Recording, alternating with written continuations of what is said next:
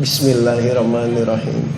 Jika ada kebaikan yang saya ucapkan di sini itu karena semua kehendak Allah. Jika ada kekhilafan yang terucap, berarti itu kehendak Allah memelintir lidah saya. Saya mohon maaf jika ada kekhilafan. Saya sebelumnya kalau saya berdiri di sini pada saat seperti di zaman dulu, waktu saya masih kafir, mungkin antum-antum semua, ukti semua akan membenci saya, mungkin menggebukin saya sekarang juga karena saya masuk Islam itu karena boleh dibilang terpaksa. Tujuan saya membaca isi Al-Quran dan hadis, astagfirullahaladzim, adalah memfitnah Islam, memfitnah Rasulullah. Saya gak emosional, maaf. Itulah kekhilafan yang saya lakukan sehingga Allah membalikkan hati saya, membuat saya jatuh cinta kepada Rasulullah, membuat saya cinta setengah mati kepada Islam, membalikkan hati saya yang keras. Insya Allah saya akan menjadi salah satu mujahid di medan perang ketika Islam diperangi oleh siapapun. Allah. Ya begitulah, dan kebetulan masa lalu saya yang kelam.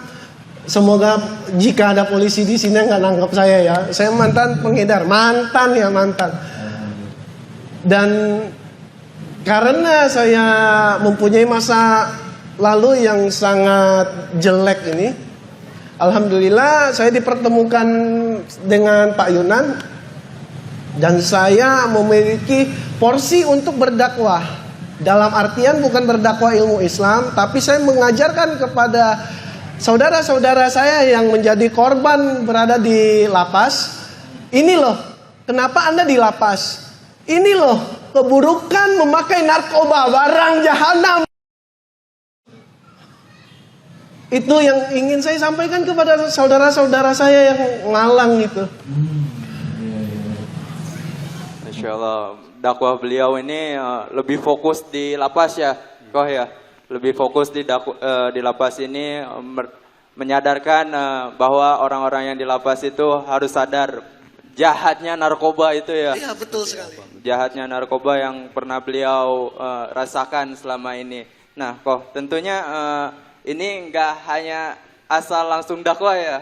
Nah, ya, enggak. Ya, titik mula hijrahnya Koh. Kau Wendy ini seperti apa sih kau? Titik awalnya, ketika saya mencoba untuk memfitnah isi Al-Quran tentang poligami. Saya berusaha memfitnah Rasulullah SAW. Dia adalah hypersex. Maaf, saya harus mengatakan ini kesungguhan yang ada di hati saya dulu. Saya ingin memfitnah Islam. Islam itu keras, mengajarkan perang. Islam itu radikal. Subhanallah. Alhamdulillah Allah putar balik semuanya dengan isi Al-Quran. Semua jawabannya ada di situ. Islam cinta damai. Islam menggunakan poligami ini untuk memuliakan wanita. Semua itu terbukti dengan ilmu sains. Semua terjawab. Hasil riset abal-abal saya ya, bukan riset yang seperti orang barat ya.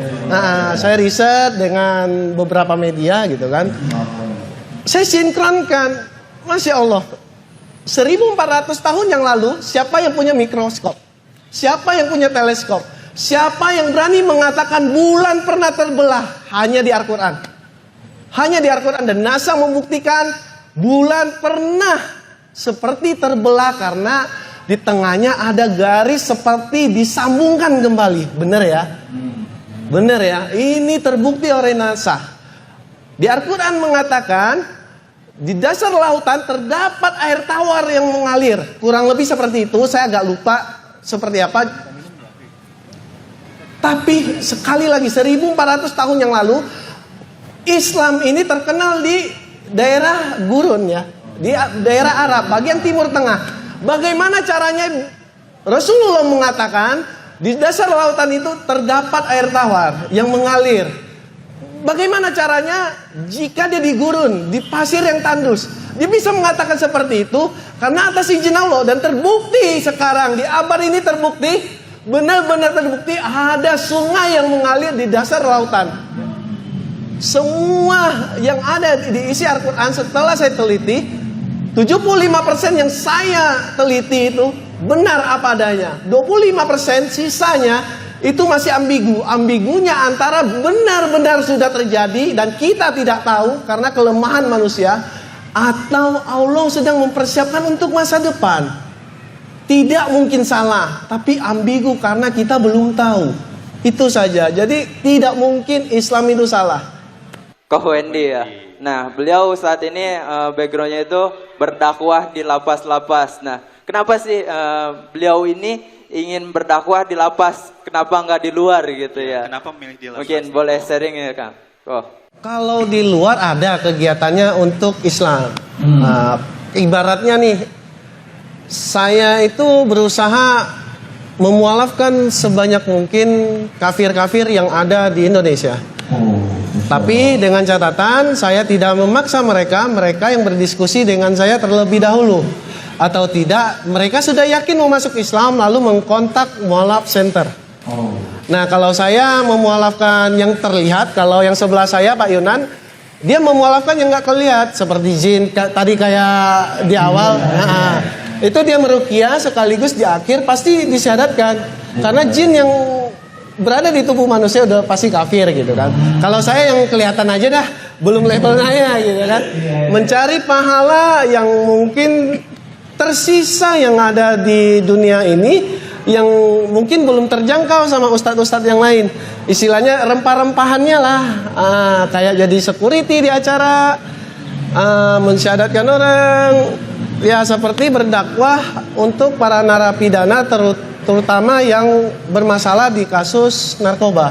Tambahan satu ya, di Al-Quran tertulis jelas, setiap muslim punya tugas, dan kalian semua yang sudah mendengar, setiap muslim punya tugas satu, yaitu berdakwah. Sampaikanlah meskipun hanya satu ayat. Saya terapkan dalam satu hari, saya berusaha menerapkan berdakwah meskipun hanya satu ayat. Kita semua muslim begitu ramai. Kenapa kita tidak terapkan itu? Insya Allah, alhamdulillah, Islam akan berjaya kembali. Allahu Akbar.